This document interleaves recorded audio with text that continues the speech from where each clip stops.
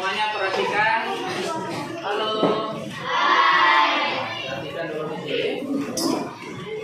Jadi sebelum kita mulai belajar, marilah kita berdoa, ya. Yang dipimpin oleh siapa?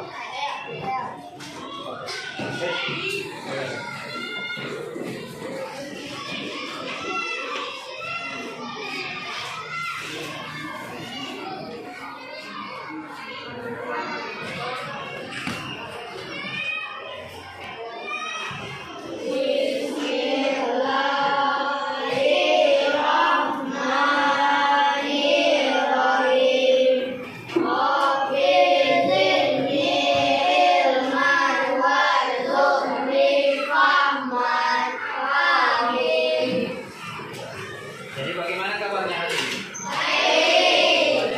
Yang bisa hadir? Satu, dua, tiga. 3 orang ya? 4. Oke, hari ini seperti yang kemarin bahwa kita akan menyusun keyakinan kelas kita, ya, atau kesepakatan kelas. Jadi yang pertama, silakan catat di buku masing-masing kira-kira keyakinan atau kesepakatan kelas kita di sini apa yang kalian yang ada di pikiran kalian atau apa yang kalian mau, ya, silakan dicatat keyakinannya, kesepakatan kelas kita.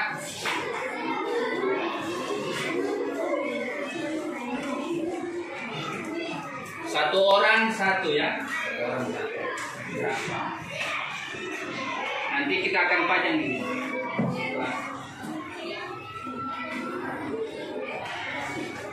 Oke, sudah ya? Jadi silakan dikumpul. Silakan dikumpul. Nanti Pak lihat.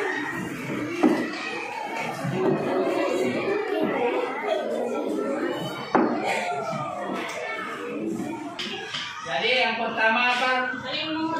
Saling menghormati. Nanti yang kita tulis. Apalagi yang kedua? Kedua tadi membaca bukunya. Apa? Ada tadi yang menulis tidak memulia. Yang diambil nanti adalah mengucapkan kata-kata yang baik. Ya, mengucapkan kata yang baik. Jadi yang pertama tadi apa? Saling menghormati atau saling menghargai dan menghormati. Ya. Yang kedua, tidak memilih. Apalagi? Datang tepat waktu. Ada juga yang tulis tadi, ya. Datang tepat waktu. Apalagi? Menjaga kebersihan. Selalu menjaga kebersihan itu bukan cuma kebersihan ruangan, ya, tapi kebersihan diri. Apalagi?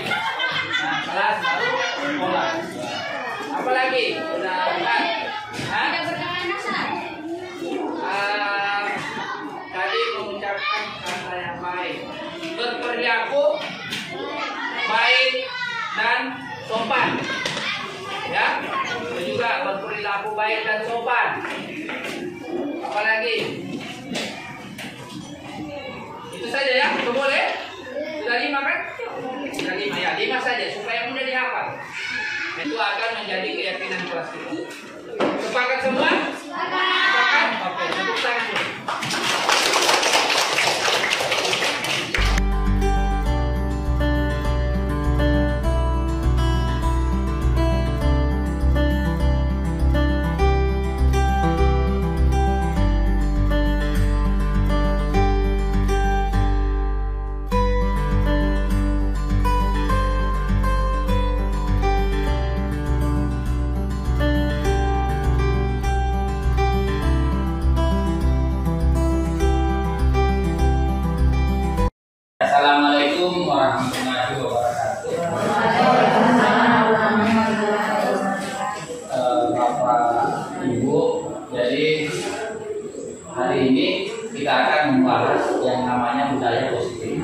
sebenarnya budaya positif ini sudah biasa.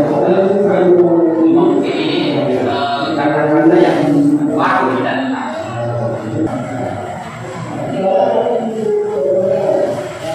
jadi ini salah satu tanggung jawab kita sebagai guru adalah bagaimana kita membuat lingkungan positif kita di sekolah yang terdiri dari warga sekolah yang mendukung, saling belajar, saling bekerja, sehingga tercipta yang namanya kebiasaan-kebiasaan baik.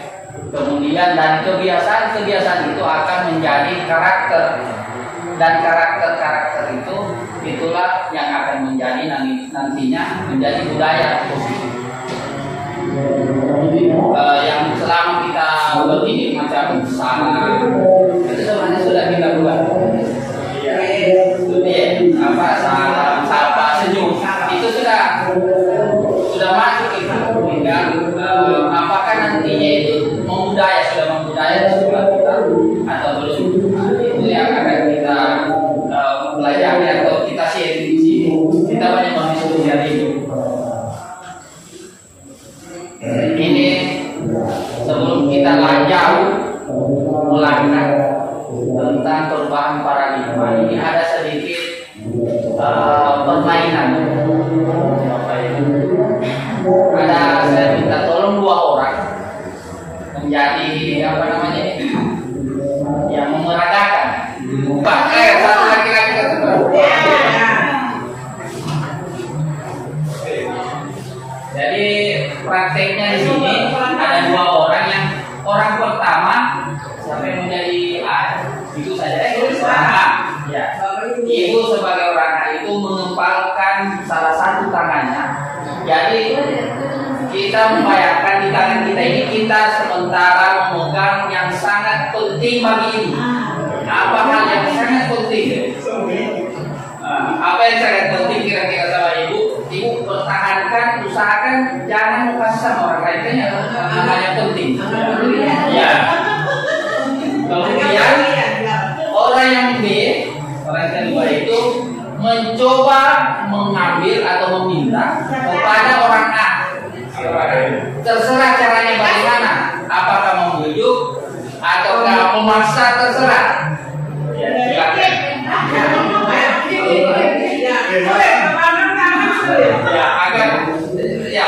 Agak itu kalau tadi kalau sama gerik kamu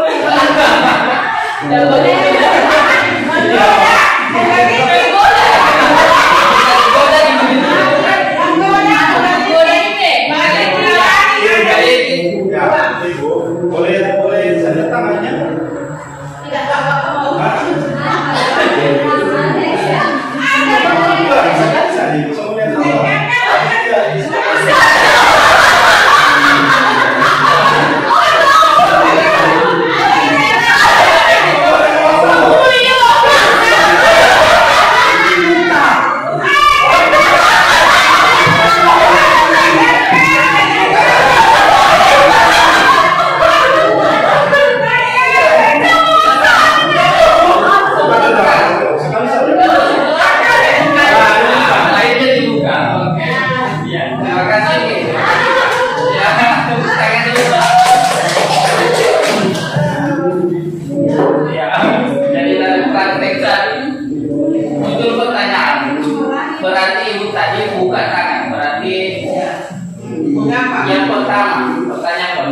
Apakah Anda membuka kepala Anda? Kenapa tadi ibu buka? Terpaksa. Akhirnya, ya, ambil saja, ambil. Kemudian dalam kegiatan ini sesungguhnya itu siapa yang memegang kendali? Pertanyaannya, siapa yang memegang kendali? Apakah orang A tadi atau yang orang B? Yang pegang kendali ya berarti yang ibu tadi yang memegang kendali apakah membolehkan atau tidak? Ya terserah dia. Walaupun dipaksa tadi, kalau seandainya dia tidak mau, dia tetap menjalankan walaupun mati. Jadi mungkin seperti itu ibaratkan kalau kita di sekolah atau di kelas kita itu, anak itu kalau kita lihat seakan-akan dia menurut sama kita, padahal sebenarnya dia kendalinya itu dari diri dia sendiri. Apakah dia mau terbuka sama kita atau tidak, itu dari dia sendiri. Jadi itu kita sebagai guru itu yang akan kita usahakan bagaimana supaya anak kita bisa membuka diri untuk kita. Ini perubahan paradigma yang kita bahas dulu. Sebenarnya dari teori kontrol ada namanya teori kontrol. Ini miskonsepsi dulu, miskonsepsi ilusi bahwa guru itu bisa mengontrol murid. Itu ilusi. Kemudian ilusi bahwa semua penguatan positif efektif dan bermanfaat. Maksudnya penguatan positif ini kita biasanya kan memberikan semacam rujukan atau rayuan kepada anak. Itu hanya ilusi sebenarnya. Kemudian kritik itu membuat orang merasa bersalah, dapat menguatkan karakter anak. Kita kritik, kita membuat merasa bersalah. Contohnya begini. Biasanya kan kita kamu tidak anu sama Pak, sama Ibu, tidak merasa kasihan sama itu. Sebenarnya itu membuat orang merasa bersalah atau membuat anak merasa bersalah. Nanti itu lebih lanjut lagi saya akan jelaskan. Kemudian bahwa orang dewasa itu memiliki hak untuk memaksa anak atau yang lebih kecil. Itu semuanya ilusi. Kemudian ilusi guru mengontrol murid. Tadi apa yang sudah dipraktekkan sebenarnya ini yang terjadi. Pada dasarnya kita tidak dapat memaksakan murid untuk berbuat sesuatu. Jika murid tersebut tidak memilih tidak melakukannya, walaupun tampaknya guru sedang mengontrol, padahal sebenarnya itu kita tidak bisa mengontrol lagi kecuali mengontrol diri sendiri. Ini yang sudah saya sampaikan, tetapi Bapak Ibu, ini yang kita pelajari hari ini itu bukan macam kita langsung kembalikan tali begini satu kali selesai. Memang susah sekali. Saya coba di sekolah di kelas pun susah kita terangkan ini. Masa mulai ini tentang self control ini. Tetapi yang diharapkan ada perubahan walaupun sedikit, satu-satu bisa berubah. Kemudian ilusi bahwa semua penguatan positif itu efektif dan bermanfaat. Penguatan positif itu sama dengan keburukan. Nah, sudah saya jelaskan tadi, bisa lewati saya sudah jelaskan tadi. Kritik dan membuat anak merasa bersalah. Kita diharapkan di sini mengubah paradigma berpikir kita atau mindset kita. Mulai dari stimulus respon itu menjadi teori kontrol. Itu yang diharapkan. Ini ada stimulus respon. Realitasnya kalau stimulus respon itu pemikirannya kita bahwa semua kebutuhan kita itu sama. Tetapi pada teori kontrol berbeda. Semua kebutuhan anak itu pasti berbeda. Kemudian semua orang melihat hal yang sama. Tetapi pada teori kontrol itu semuanya memiliki gambaran yang berbeda. Dan ini masih ada lagi. Nah, ini yang kita lakukan di sekolah. Saya sendiri. Padahal saya bisa mengontrol orang lain, tidak saya bisa mengontrol anak. Padahal sebenarnya itu tidak bisa. Anak itu hanya bisa mengontrol dirinya sendiri. Kalau dia mau terima apa kita punya saran, bagus. Tapi kapan itu anak tidak mau menerima, ya?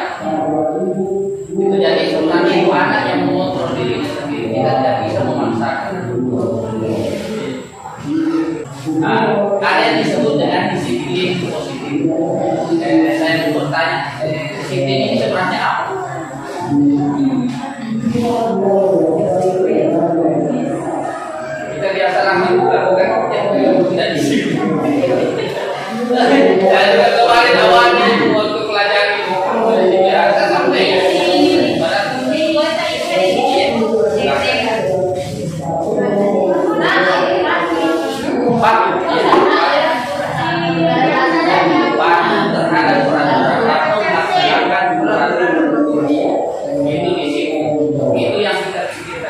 Dan ternyata disiplin dalam bahasa Latin itu adalah belajar.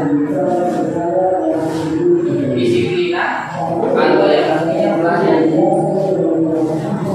Ternyata kadang-kadang itu berarti kan tidak belajar, kita sudah belajar, masa kita masih tidak disiplin. Yang atau juga dari akar kata disipel atau murid atau pengikut. Ternyata disipel itu murid itu sendiri. Itulah yang dikatakan disiplin. Jadi sebagai pendidik tujuan kita adalah menciptakan anak yang memiliki disiplin dari diri sendiri. Itu tadi yang ditanyakan. Dari dirinya sendiri yang kita menggali, bukan justru dari orang lain, dari luar. Tapi dari mereka sendiri, dari diri, dari dalam, mengacu kepada nilai-nilai kebijakan universal. Nilai-nilai kebijakan universal sebentar saya tampilkan salah satu yang sudah di IKM itu kurikulum merdeka yang dilaksanakan adalah profil pelajar Pancasila. Ada 6 sebentar nilai-nilai kebajikan universal. Kemudian nilai-nilai dari kebajikan universal itu memiliki motivasi dari anak dan intrinsik, artinya dari internal, dari diri sendiri, bukan dari ekstrinsik, dari luar. Berikut nilai-nilai kebajikan. Nilai-nilai kebajikan yang ingin saya sampaikan tadi, profil pelajar Pancasila ada 5. Bertakwa kepada Tuhan Yang Maha Esa, berakhlak mulia, kemudian mandiri, bertaraf kritis, berkebinekaan global, bergotong royong dan kreatif. Kemudian ada lagi yang lainnya, rasa hormat, integritas, ini kan saya kasih coba. Jadi kita ada nanti yang namanya kesepakatan kelas setelah ini materi ini. Ada namanya kesepakatan kelas. Kesepakatan kelas nanti itu yang kita ambil adalah kalimat dari kata-kata dan dari nilai-nilai kebajikan. Kita masuk sekarang motivasi perilaku manusia. Motivasi perilaku manusia itu ada 3. Yang pertama, menghindari ketidaknyamanan atau hukuman. Itu eksternal atau dari luar. Saya sendiri saya itu mau datang ke Solo pagi-pagi karena saya tidak enak sama Tuhan. Berarti yang ada dalam diri saya sendiri itu adalah masih dari eksternal atau dari luar. Ya. Saya belum dari sendiri karena saya masih berpikir Tuhan enak saya sama Tuhan, lambat apa. Begitu juga anak-anak barangkali berkata supaya dihukum. Nah, itu berarti masih dari luar. Kemudian ada yang disebut dengan motivasi perilaku manusia hanya untuk mendapatkan imbalan atau penghargaan. Biasa kita lakukan hanya itu bagus. Ini juga jadi yang penghargaan untuk anak yang diberikan hadiah pada saat dia menggunakan sesuatu usaha. Karena itu efeknya tidak panjang. Tapi yang diharapkan di sini motivasi yang ketiga adalah menjadi orang yang mereka inginkan dan menghargai diri sendiri. Apa nilai-nilai yang mereka percaya itu? Nilai-nilai berdasarkan nilai-nilai kebajikan universal tadi. Itu yang diharapkan. Tujuan dari disiplin positif yang tadi adalah menanamkan motivasi yang ketiga. Yang ketiga tadi dari diri sendiri, yaitu menjadi orang yang mereka inginkan dan menghargai diri sendiri dengan nilai-nilai yang mereka percaya. Kita boleh ini mungkin bisa mewakili kasus-kasus kita di kelas. Hukuman saya bacakan kan? Ada hukuman IPA kurang menguasai pelajaran matematika sehingga pada saat pelajaran tersebut berlangsung dia lebih banyak berdiam diri atau menggambar di buku pelajarannya. Pada saat guru matematikanya yang bernama Pak Sino menanyakan pertanyaan, IPA menjadi gugup dan tidak sengaja menjatuhkan tasnya dan kursi, serta tiba-tiba menjadi gagap dan pada saat berupaya menjauh, seluruh kelas pun tertawa melihat perilaku Iva yang bicara tergagap dan terkejut tersebut.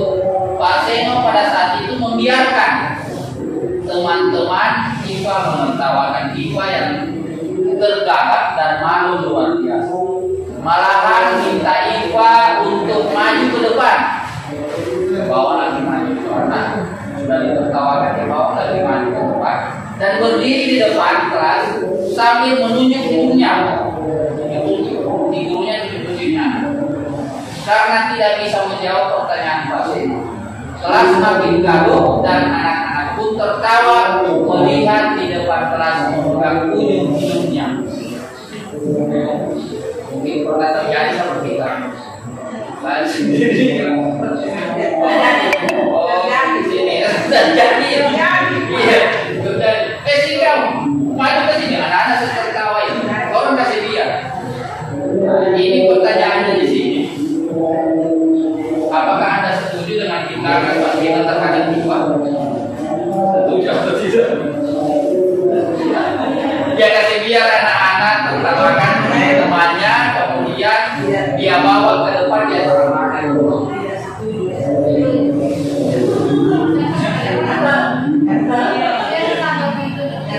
Iya. Mempengaruhi psikologi anak itu salah satu. Mempengaruhi psikologi anak. Menurut Anda, tindakan Pak Seno terhadap Iva adalah hukuman atau konsekuensi yang harus dia terima? Itu tadi hukuman atau konsekuensi yang harus dia terima. Hukuman itu berarti ada fisik di situ. Atau konsekuensi itu memang secara yang harus dia terima. Jadi kalau perbedaannya sebenarnya tipis sekali antara hukuman dan konsekuensi. Hukuman itu biasanya tidak ada kesepakatan antara yang satu dengan yang lain. Kemudian langsung tiba-tiba kita, nah itu namanya hukuman. Tetapi kalau konsekuensi, kita sudah buat aturan, ada aturannya. Macam aturan di sekolah kan, data tepat waktu, data tertib. Berarti siapa yang melanggar kan ada sanksinya. Berarti itu namanya konsekuensi. Nah, jadi kalau yang dilakukan oleh Pak Seno tadi apakah hukuman atau konsekuensi?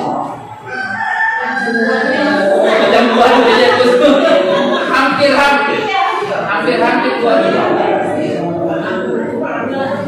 Iya. Hukuman.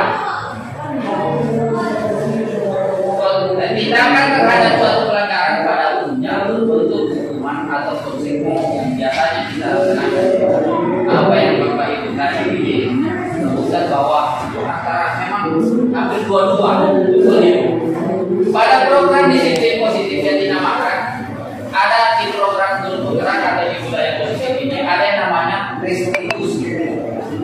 Ini sangat baru kita dengar. Restitusi adalah proses menciptakan kondisi bagi murid untuk memperbaiki kesalahan mereka sehingga mereka bisa kembali pada kelompoknya kembali. Jadi apa proses menciptakan kondisi memperbaiki kesalahan ini sudah kita laksanakan. Cuma biasanya kita tahu antara restitusinya dengan hukumannya tanpa kita sadar. Nanti pasti kita sadar sendiri nanti kalau saya lanjut terus materinya.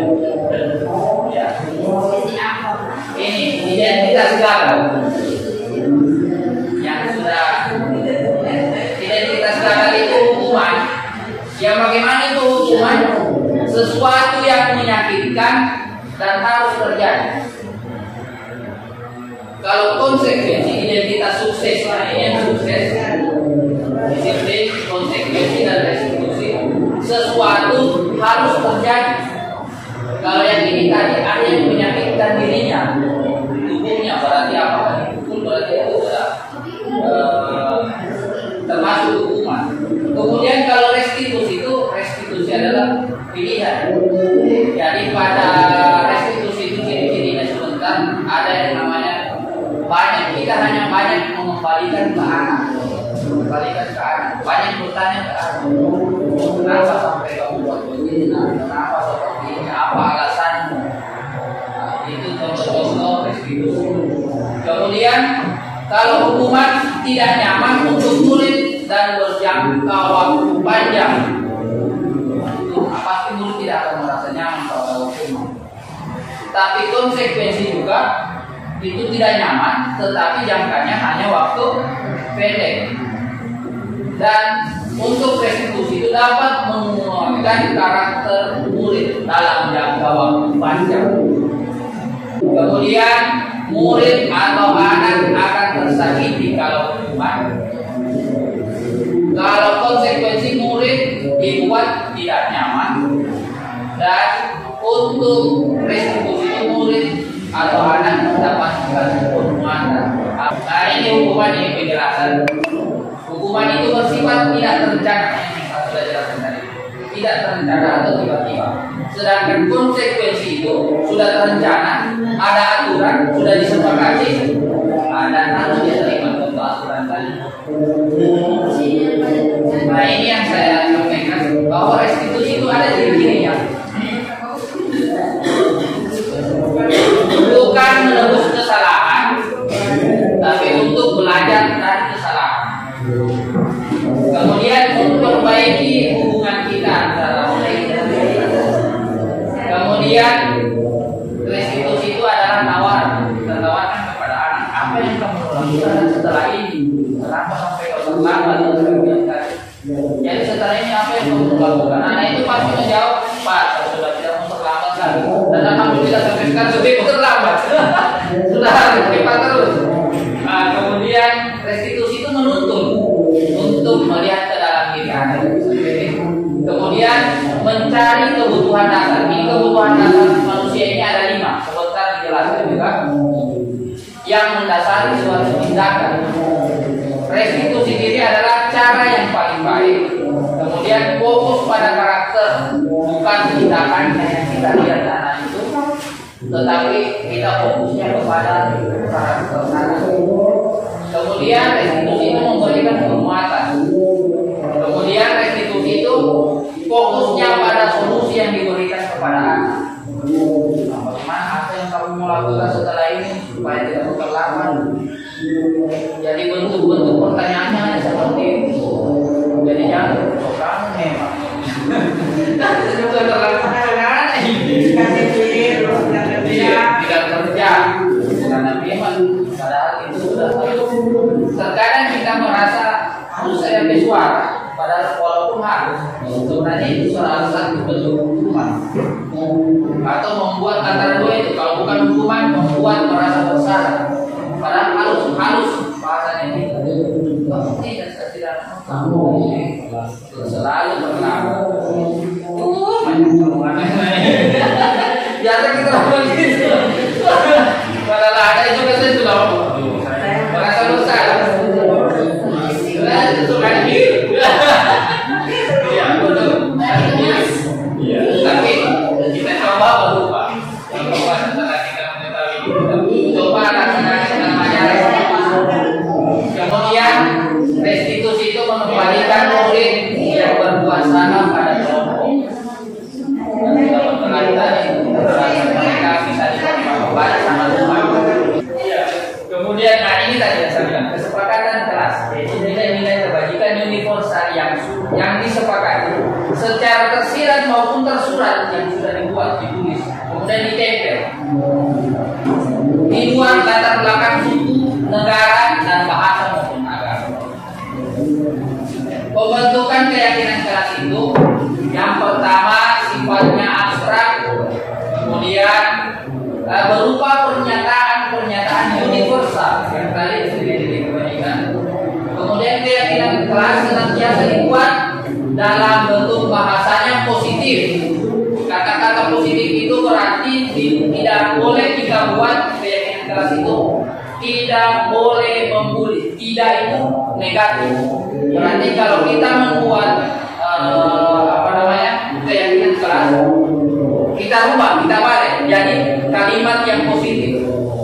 Tidak boleh membuli berarti kalau kalimat positifnya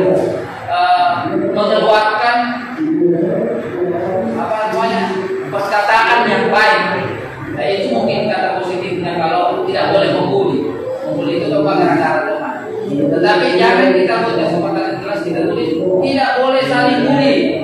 Itu tidak boleh kalau untuk keyakinan kelas. Kita rubah menjadi penghasil positif. Salah satunya mengeluarkan perkataan yang baik atau mengucapkan perkataan yang baik. Ya, kata tidak pokoknya yang ada negatifnya. Jangan tidak. Usahakan kita putar jadi kata-katanya positif, tapi maksudnya sama. Nah, ini yang berikutnya. Jangan terlalu banyak. Jangan sampai 20 di situ. Anak bisa apa? Kalau saya punya kemarin cuma 7. Kalau bisa itu saling menghormati, menghargai, dan tempat waktu kata-kata itu. Mengeluarkan perkataan baik. Kalau saya sudah taruh nomor saling menghargai dan menghormati. Kenapa Bapak sangat hormat? Kenapa Pak kasih satu? Karena ini yang susah. Menghargai, menghormati bukan antara kamu saja, tetapi antara guru dengan siswa juga. Terkadang Pak Guru saya bilang menulis, kamu tidak menghargai Pak Guru, kamu cuma bermain di sana kan? Nah, jadi itu juga salah satu tidak ada rasa hormat sama gurunya. Ya, nah, begitu Pak ya? Iya, saya bilang. Alhamdulillah sekarang mulai pelan-pelan. Saya bilang tidak bisa salah sekali ke anak-anak karena sifat kekanak-kanakan itu pasti ada. Mainnya itu. Ini contoh-contoh keyakinan. Setiap anggota kelas perlu belajar. Kalau kelas 1 ini, katakan kelas 1 ini, setiap anggota kelas perlu senang. Kemudian setiap anggota kelas perlu melakukan tugas, perlu saling menghargai, perlu merasa aman.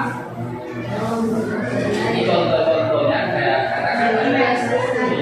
Kalau sudah kelas 5 ya lebih lagi, selalu bersikap positif, senantiasa menjadi diri terbaik, percaya dan menghormati orang lain, dan seterusnya. Tetapi ini bukan kita yang tulis, kita lempar ke anak-anak. Pasti anak-anak keluarga. Kalau anak kelas 1 pastinya kan kata-katanya hanya ini, belajar, harus belajar. Kita dapat yang anggota kelas harus belajar, kita luruskan. Pasti anak kelas 1 begitu. Maunya saya Pak, senang begitu Pak. Iya, beda-beda kan setiap tingkat kelas pasti begitu. Jadi kita dengarkan dulu apa tadi. Jadi bukan dari kita, dari anak sendiri. Iya. Nah ini Pak yang suka mengganggu apa? Dia selalu ganggu saya Pak. Berarti lagi kita masukkan memang ini. Oh perlu merasa aman. Supaya anak suka. Tadi yang saya jelaskan ada kebutuhan dasar, ada 5. Kebutuhan bertahan hidup, kemudian kasih sayang dan rasa diterima, penguasaan, kebebasan dan kesenangan. Kebutuhan bertahan hidup adalah kebutuhan yang bersifat fisiologis untuk bertahan hidup, misalnya kesehatan, kemudian rumah dan makanan. Dan yang keempatnya ini, yang di luar ini, kebutuhan yang disayang itu koneksi sosial untuk memberi dan menerima kasih sayang, dan kebutuhan untuk merasa menjadi bagian dari suatu kelompok.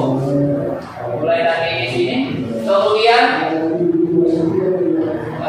motivasi dari anak tadi bisa kita bahas tadi, kebutuhan dasar itu. Jadi kita harus tahu dulu apa kebutuhan anak. Apakah dia ini perlu atau kurang rasa kasih sayang dari rumah. Maka kita di sekolah kita harus cukupkan rasa kasih sayang itu. Jangan justru dari rumahnya kasih tidak mendapatkan rasa kasih sayang, sampai di sekolah kita cuma marah-marah lagi Tuhan, kita cuek lagi. Nah itu yang harus kita cukupkan. Itu kebutuhannya anak. Kalau yang ini kan psikologisnya anak kan. Kalau yang ini psikologisnya anak, berarti batinnya. Yang batin yang berkaitan dengan batinnya anak. Yang berikut, yang ketiga, penguasaan. Ada anak itu selalu membutuhkan pengakuan atau kemampuan, menjadi kompeten, menjadi terampil, diakui. Pasti ada anak-anak yang begitu. Berarti itu anak-anak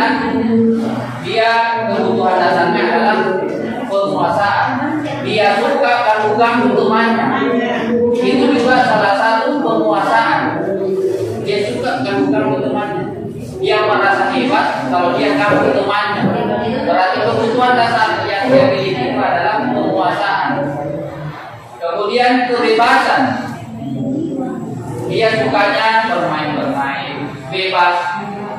Kemudian kebutuhan akan kemandirian, otonomi. Itu kebutuhan dasar juga. Dan termasuk kebebasan. Kemudian yang kelima adalah kesenangan. Selalu ingin merasa senang, kebutuhan mencari kesenangan, bermain dan tertawa. Ini yang dia membutuhkan, dia mencukupkan bagi dirinya. Mungkin di rumahnya kasih dia kurang senang. Anak-anak yang banyak bermain di luar dengan teman-temannya di halaman belum tentu merasa senang apabila dia di keluarganya itu bagus pendekatan dengan orang tua. Mungkin yang dia kurangnya dari situ, kurang kesenangan dari orang tua yang dia terima. Akhirnya sampai di sekolah dibawa terus dia mau cari itu yang namanya kesenangan itu. Itu 5 kebutuhan dasar. Kemudian ini Gleiser menyatakan bahwa kapasitas untuk berubah ada di dalam diri kita.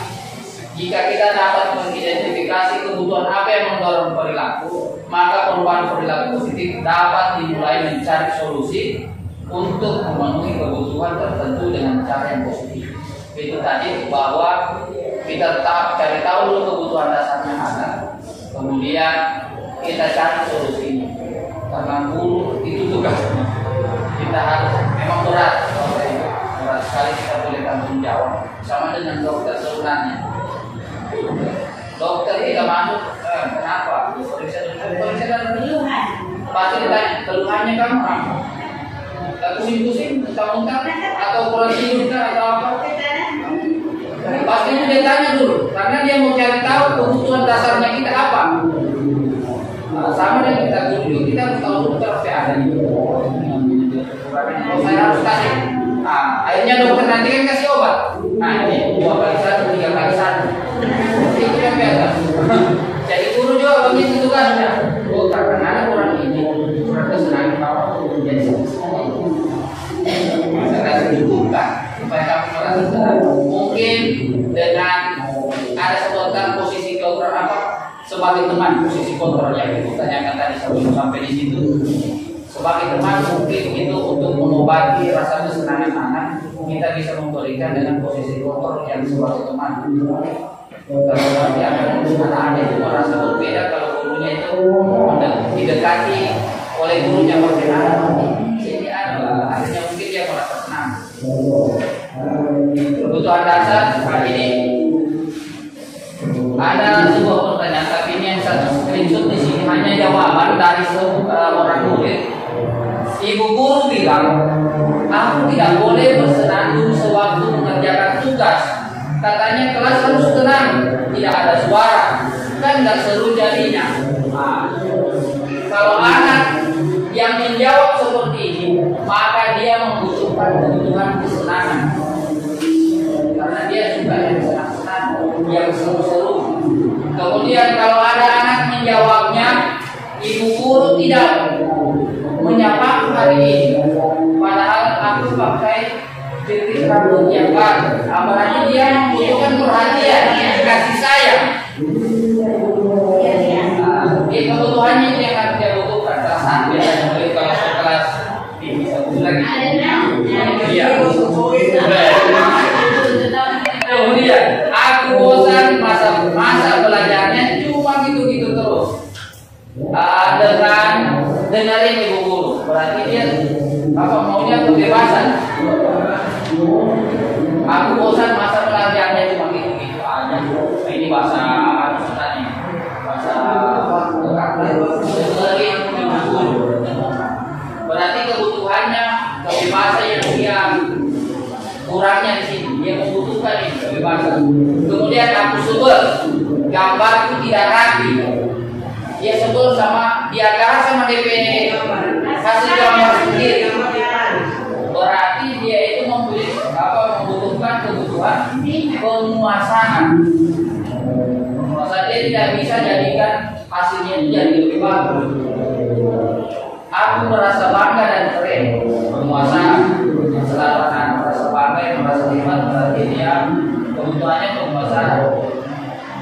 Ya apa biar bisa jalan-jalan naik mobil sama teman-temanku, itu kasih sayang karena bersama-sama ya, supaya bersama teman. Aku senang bisa pergi ke tempat-tempat yang aku suka. Berarti itu kebutuhan dasarnya adalah kebebasan. Kemudian menyetir mobil itu seru.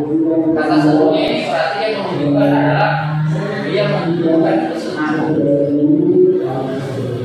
Mungkin untuk kita masuk ke posisi kontrol yang kita tanyakan dari tadi.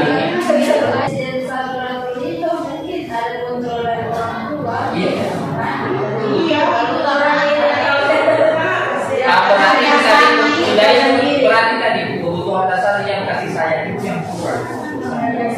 Akhirnya anak-anak maunya kalau pas begitu macam. Iya, karena kebutuhan kasih sayangnya kurang.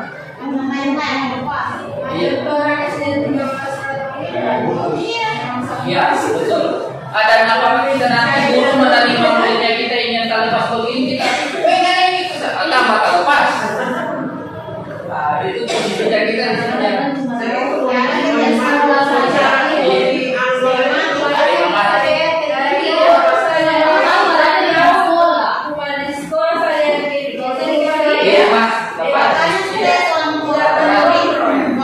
Ada kontrol dari orang tua.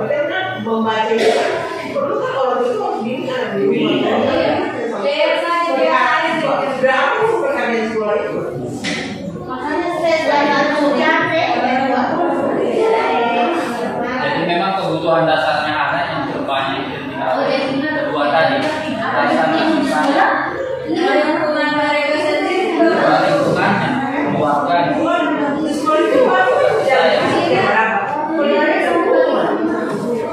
Jadi tugas dari kita dari 5 kebutuhan dasar tadi kita sudah bisa tebak berarti. Tadi sudah tahu bahwa kebutuhan dasarnya anaknya yang di sekolah itu dia tidak diperhatikan. Berarti itu sudah tahu dari 5 kebutuhan dasar tadi dia kurangnya di kasih sayang. Itu yang harus dilakukan. Dan bagaimana caranya? Pasti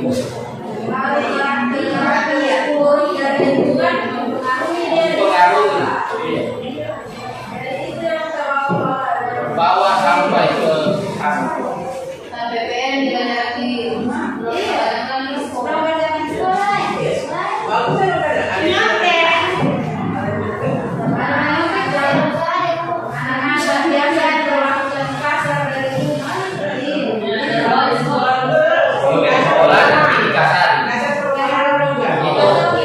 itu pemikirannya kita.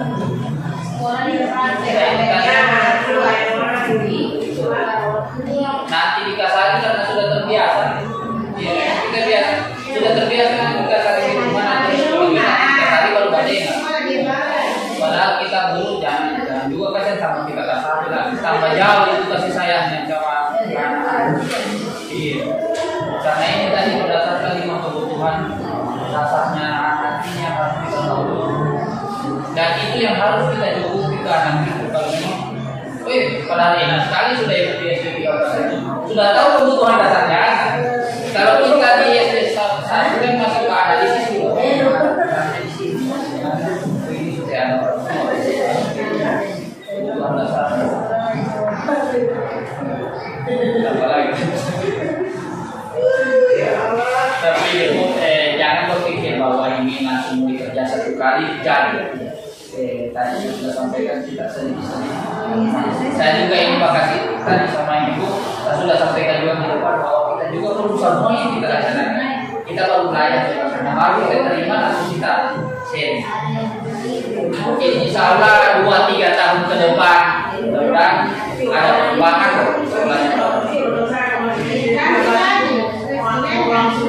Langsung tidak bisa. Jadi apa yang harus kita lakukan?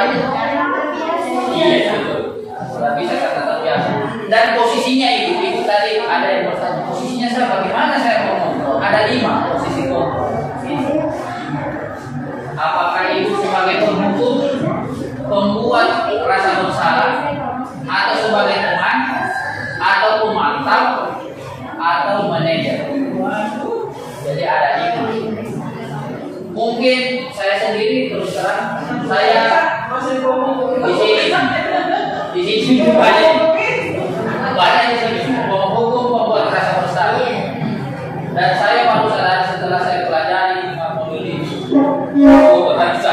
Saya kira itu sudah betul. Yang saya lakukan ternyata ini identitas gagal. Dua ini. Tapi yang harus kita pelan-pelan mulai kita dari teman dulu. Jangan langsung loncat ke manajer.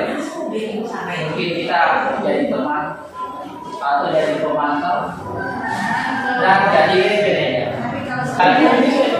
Ini Bapak Ibu identitas gagal dari 5 posisi kontrol tadi. Kalau penghukum ini agak kabur ini menghukum, guru berbuat menghardik, menunjuk-nunjuk. Berarti contoh yang pertama tadi, yang pertama saya ke IPA tadi itu yang berarti dia masuk di sini. Di penghukum. Dia tunjuk-tunjuk anaknya, menyakiti, menyindir. Di sini anak itu termasuk. Nah, ini biasanya saya lakukan tanpa ada. Oleh tadi saya bilang bahwa kita biasa kata-katanya kita halus, padahal penghukum. Ini sindiran ini sebenarnya. Itu masuk penghukum. Kemudian guru berkata kalau kamu tidak melakukannya, awas ya, akan. Awas kan. Kalau kita di sini awas ya, karena sebagai kita banyak. Awas ya, itu sudah penghukum. Padahal kita tidak hukum. Kemudian hasil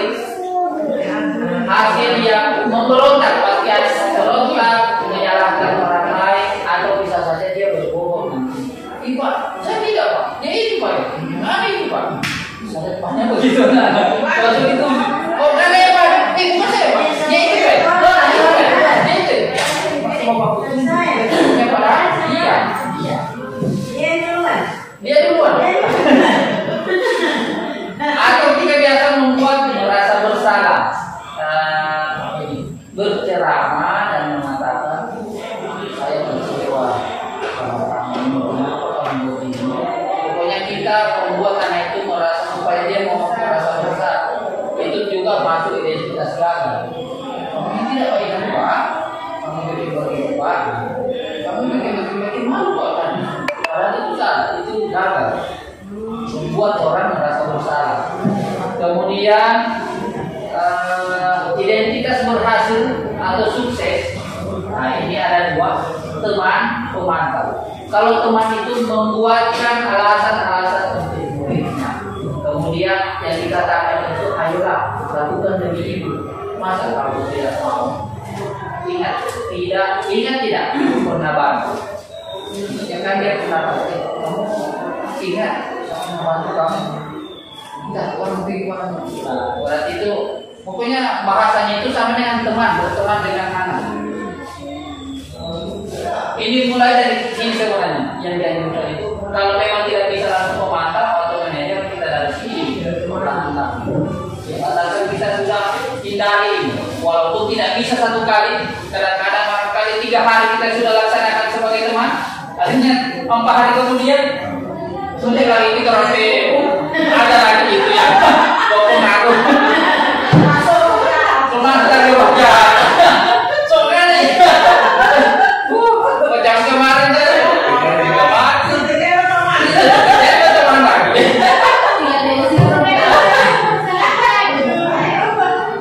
Nah, kalau pemantau, kita ingatkan anak apa peraturan. Apa peraturan? Itu saya buat apa peraturan? Ada aturannya kan? Nah itu berarti sebagai pemantau. Kemudian menyesuaikan diri bila diawasi. Yang terakhir manajer mengajukan pertanyaan-pertanyaan. Iya, ini hanya pertanyaan-pertanyaan. Kita kembalikan ke anak. Kita tanya apa alasannya. Sebentar ada di sini, langsung saja manajer. Nah, ini bisa di3 restitusi. Ada namanya menstabilkan identitas. Yang kata-kata yang biasa kita keluarkan kalau menstabilkan itu, kamu bukan satu-satunya. Sini nak, ibu pernah bikin pasti. Sini nak, kenapa kau berkelahi? Semua tanya, tak usah takut. Sini saja. Itu sebenarnya Kak, ibu sudah menstabilkan identitas anak itu.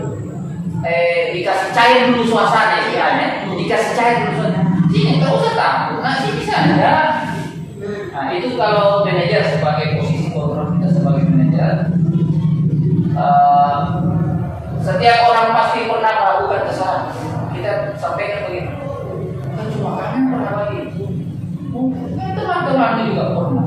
Nah, itu berarti menstabilkan identitas. Setelah itu kita masuk ke langkah yang kedua, memvalidasi tindakan yang salah. Kamu tentunya punya alasannya. Kenapa kamu bisa tadi itu? Contoh bikin biasa gitu. Kenapa kamu sampai berkelahi? Apa alasannya? Ini orang Pak, begini saya terpukul satu kali. Nah, itu kita sudah melaksanakan validasi tindakan yang salah. Setelah itu kita masuk menanyakan keyakinan. Nah, jadi sebelum kita lakukan segitiga restitusi ini, kita sudah buat yang namanya keyakinan keras. Keyakinan keras apa yang telah kita sepakati tadi. Pasti akan harus jawab, salahnya di sini, Pak. Setelah semuanya kita lakukan tiga ini menstabilkan, maka kalimat-kalimat yang diucapkan ini menstabilkan. Nah, ini baru kalimat-kalimatnya. Berbuat salah itu tidak apa-apa. Tidak ada manusia yang sempurna. Saya juga pernah melakukan kesalahan. Tidak bisa menyelesaikan. Ini saja, tidak apa. Biasanya kita bagus kalau begitu. Validasi tindakan ini Bapak Ibu sudah lakukan.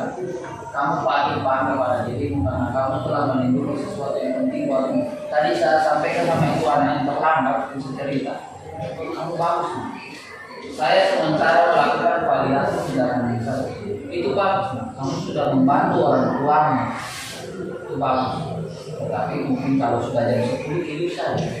Kalau katakan seperti itu, saya sementara memvalidasi tindakan yang salah. Kemudian menanyakan keyakinan, langsung balik saya keyakinan keras apa? Sekolah, waktu Pak. Jadi saya sementara menanyakan keyakinan kepada Anda. Ternyata dia masih ingat keyakinan. Setelah tiga langkah itu kita sudah lakukan, maka yang harus kita tanyakan pada anak, apa yang kamu lakukan setelah ini? Setelah Pak tanya-tanya ini, apa yang kamu lakukan? Pasti itu anak, saya tidak akan lakukan lambat lagi, Pak. Atau dia berkelahi, saya meminta maaf sama temanku, Pak. Itu yang pasti lakukan. Tetapi terkadang segitiga restitusi tanpa kita sadar, kita menggabungkan antara restitusi dengan penghukum. Tanpa sadar ini, kita lakukan tadi ini validasi tindakan yang salah. Setelah kita tanya, kenapa kamu itu tadi itu? Ini. Nah, itu tanpa kita sadar itu kita gabung antara dua dua angka ini. Ada yang sudah tindakan yang salah, kemudian kita sebagai penghukum di situ. Padahal sebenarnya harusnya manajer itu yang dilakukan. Ibu sudah laksanakan dua langkah yang dilakukan seorang manajer. Tetapi setelah itu ibu langsung kembali ulang ke penghukum karena mana yang salah? Ini atau itu? Iya. Iya.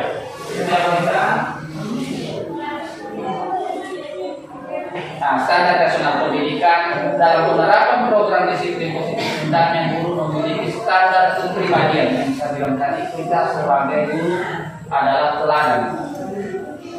Kemudian profesional dan sosial yang baik, di mana guru mampu berefleksi pada posisi kontrolnya saat itu. Mungkin bisa sudah tahu tadi posisi kontrol ada 5. Pasti sudah sadar, oh ternyata sampai posisi di sini. Kalau saya di posisi kemarin saya selalu sekali itu memang saya sebagai penghukum sudah membuat merasa dosa. Ternyata saya salah. Saya kira ini yang benar. Ternyata yang dua ini salah. Ini yang harus kita laksanakan. Bagaimana perjalanan dirinya sebagai abang atau posisi manajer, ini yang harus kita mau kesini sebagai manajer. Kita tinggalkan yang dua itu. Kalau tidak langsung manajer, karena susah sekali. Anak terlambat itu. Ada yang bertengah itu mau kasih manajer ini mau tanya-tanya apa masalah. Padahal so emosi itu orang di dalam hati. Itu kalau saya tidak ini. Bapak yang di sana pasti kalau emosi kan. Manajer stres. Susah sekali. Jadi positif manajer menuntut murid menjadi insan yang mandiri, merdeka dan bertanggung jawab.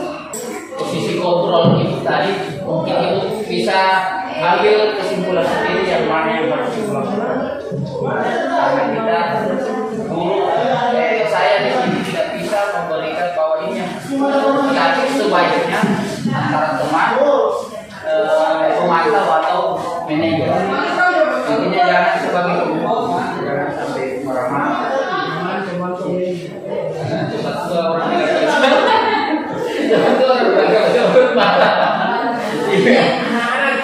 Jadi ya, pokoknya kita cukup mendekati anak, kita sudah lakukan pendekatan yang cukup. Kalau memang itu ada, sabar saja supaya menjadi anak, menjadi pahala.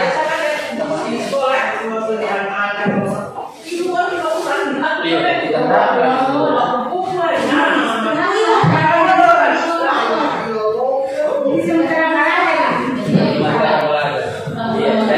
terima kasih Bapak Ibu. Materi yang saya sampaikan hanya sampai di situ untuk budaya positif. Mudah-mudahan walaupun sedikit materi yang saya sampaikan, mudah-mudahan bisa dilaksanakan nanti kembali.